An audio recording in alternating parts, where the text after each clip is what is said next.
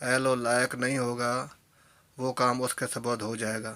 لوگ ظالموں اور برے لوگوں کی تعظیم اس وجہ سے کرنے لگیں گے کہ یہ ہمیں تکلیف نہ پہنچائیں گے۔ شراب کھلم کھلا پی جانے لگے گی، علانیہ طور پر ناچنے اور گانے والے عورتیں عام ہو جائیں گی، گانے بجانے کا سامان اور آلات موسیقی کی بھی عام ہو جائیں گی۔ لوگ امت کے پہلے بزرگوں کو برا بھلا کہنے لگیں گے، جھوٹ عام پھیل جائے گا اور جھوٹ بولنا کمال سمجھا جانے لگے گا۔ امین اور حاکم ملک کی دولت کو ذاتی ملکیت سمجھنے لگیں گے، امانت میں خیانت شروع ہو جائے گی۔ امانت کے طور پر رکھوائی جانے والی چیزوں کو لوگ ذاتی دولت سمجھنے لگیں گے۔ نیک لوگوں کی جگہ بدکار قسم کے لوگ اپنے اپنے قبیلے اور علاقے کے سردار بن جائیں گے۔ شرم و حیا بالکل ختم ہو جائے گی۔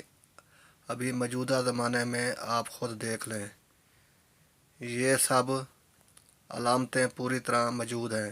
حضور صلی اللہ علیہ وسلم نے فرمایا، قیامت آنے سے پہلے ظلم و ستم عام ہو جائے گا، ایمان سمٹ کر مدینہ منورہ کی طرف چلا جائے گا، جیسے سانپ سکڑ کر اپنے بل کی طرف چلا جاتا ہے۔ ویسے حالات پیدا ہو جائیں گے کہ دین پر قائم رہنے والوں کی وہ حالت ہوگی جو ہاتھ میں انگارہ پکڑنے والوں کی ہوتی ہے۔ زکوٰۃ کو لوگ تاوان سمجھنے لگیں گے، مال غنیمت کو اپنا مال سمجھا جانے لگے گا، ماں کی نافرمانی اور بیوی کی فرما برداری شروع ہو جائے گی، عورتیں زیادہ اور مرد کم ہو جائیں گے، یہاں تک کہ ایک مرد 50 عورتوں کا نگران ہوگا۔ زناکاری اور بدکاری عام ہو جائے گی، حتیٰ کہ حضور صلی اللہ علیہ وسلم نے فرمایا کہ قیامت کے قریب زمانے میں لوگ اپنی بیویوں کے ساتھ زنا کریں گے۔ اس کی کئی صورتیں ہیں۔ ایک صورت تو اس کی یہ ہے کہ مرد یا عورت وہی کفریہ بول دے اور نکاح ٹوٹ جائے اور ان کو اس کا پتہ بھی نہ چلے کہ نکاح ٹوٹ گیا ہے یا نہیں۔ آج کل تو یہ بات عام ہے، لوگوں کو اس بات کا علم ہی نہیں، بلکہ قاتل ثناء اللہ پانی پت نے لکھا ہے کہ اگر دو بندے گفتگو کر رہے تھے، ایک نے کہا یہ تو شریعت کی بات ہے، اور اگلے نے جواب دیا کہ رب بڑے، شریعت کو تو اب آدمی کافر ہو گیا۔ تو ہمیں چاہیے کہ ہم علماء سے پوچھیں کہ کلمات کفر کون کون سے ہیں، کہ ہم ایسے جملے بولیں اور کفر کا ارتکاب کر رہے ہوں تو استحکام پیدا کرنا ہے، جو کہ ملک شام پر یہود و نصارہ قبضہ کرنا چاہتے ہیں، اور یہ ہو کر رہے گا۔ حضرت امام مہدی علیہ السلام کے ظہور سے قبل چنانچہ کتابوں میں لکھا ہے کہ آخری زمانے میں جب مسلمان ہر طرف سے مغلوب ہو جائیں گے، مسلسل جنگیں ہوں گی، شام میں بھی عیسائیوں کی حکومت قائم ہو جائے گی۔ اسی طرح قیامت سے متعلق بھی معلومات ہمیں ملتی ہیں کہ قیامت سے پہلے حضور صلی اللہ علیہ وسلم کی امت میں سے 30 بڑے بڑے کذاب اور دجال آئیں گے۔ ہر ایک نبوت کا دعویٰ کرے گا، حالانکہ حضور اکرم صلی اللہ علیہ وآلہ وسلم آخری نبی ہیں۔ آپ صلی اللہ علیہ وآلہ وسلم کے بعد کوئی نبی نہیں آئے گا۔ قیامت کی نشانیاں مشہور دریائے فرات سونے کا ایک خزانہ ظاہر کرے گا جس پر لوگ لڑیں گے، چنانچہ اس لڑائی میں ہر 100 میں سے 99 قتل ہو جائیں گے۔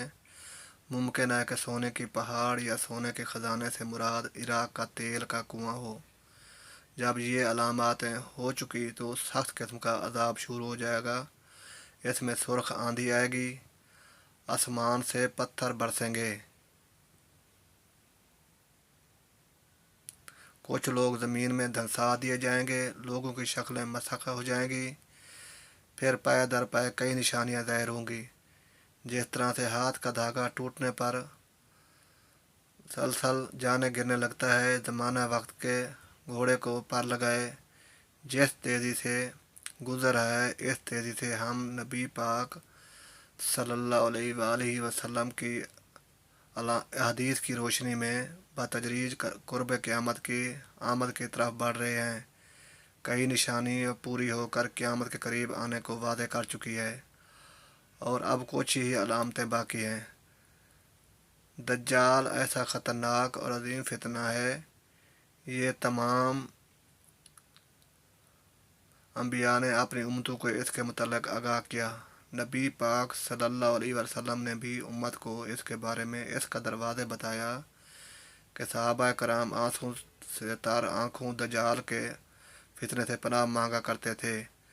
تقریباً 250 صدیاں باقی ہیں، البتہ روز قیامت کا آغاز ہو چکا ہے۔ تمام دور فتنہ فساد سے معمور ہے۔ جنگ میں دجال مختلف طاقتوں کے مابین کھچا تانی کا تسلسل رہے گا۔ نبی برحق صلی اللہ علیہ وسلم نے سب کو 1400 سال پہلے باخبر کر دیا، بس ہم مسلمانوں نے ہی ہوش کے ناخن نہ لیے۔ دیگر مذاہب کے ماننے والے تو سب تیاری کی حالت میں ہیں۔ یہودی دجال کا انتظار کر رہے ہیں، مسیح اپنے تئیں تیار ہیں۔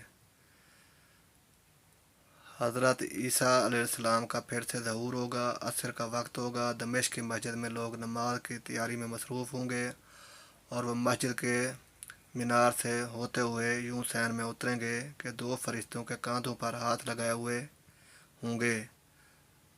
تازہ کیے ہوئے وضو پانی کے قطروں کی شکل میں ان کے بازو سے ٹپکے گا۔ امام مہدی علیہ السلام کی امامت میں وہ نماز ادا کریں گے۔